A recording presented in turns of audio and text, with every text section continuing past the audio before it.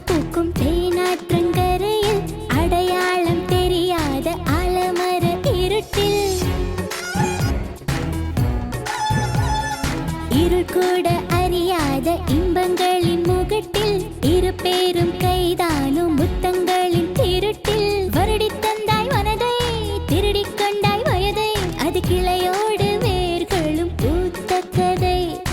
ஆளாலும் காட்டுக்குள் ஒரு ஓட்டு வீட்டுக்குள்ளே உன்னை போர்த்து கொண்டு படுத்தேன்